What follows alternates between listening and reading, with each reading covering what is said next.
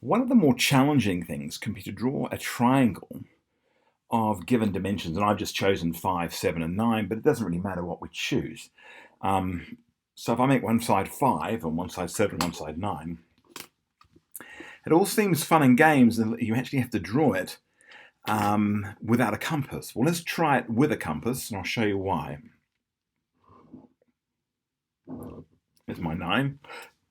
Now, the 7 bit, we just take our compass and we measure out 7 on here. So I can put that on 7, or as close to 7 as I can get it. Make that as close to the start as I can get it. Here we go. About there. It's pretty good. About there, yeah.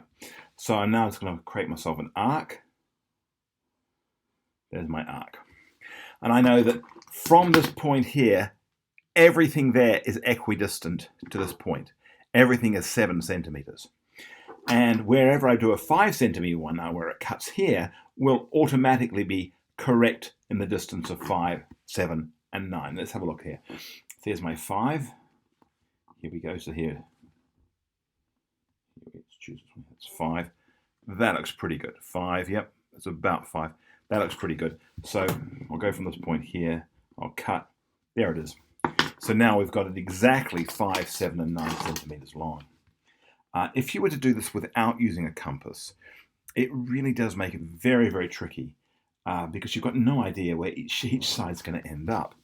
And it means that if you actually do it without a compass, you would find it almost impossible to actually join them up. So there's my 5, 7, and 9. Let's do another one just for a bit of fun. Let's just make something up. Let's go. By the way, it's always possible to choose impossible dimensions. So you've got to be careful because they've got to join up. All right, so let's choose one. Let's go 8. Let's go 6. And let's go 5. 8, 6, and 5. Here we go. So I'll make the base 8.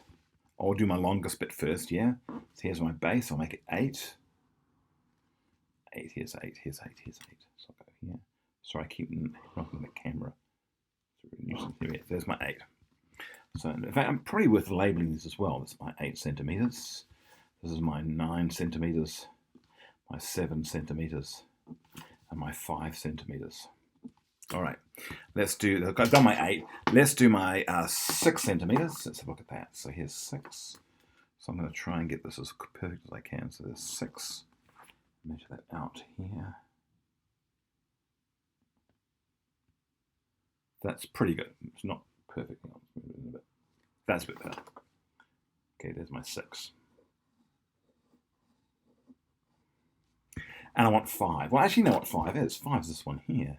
So I'm actually going to just do the same thing I did here. Here it is. It says my 5. Good. Here we are. Saves me trying to do it on the ruler. All right. And there is my 8, 6, and 5. Let's see how that looks. Let's see if I can join all that lot up.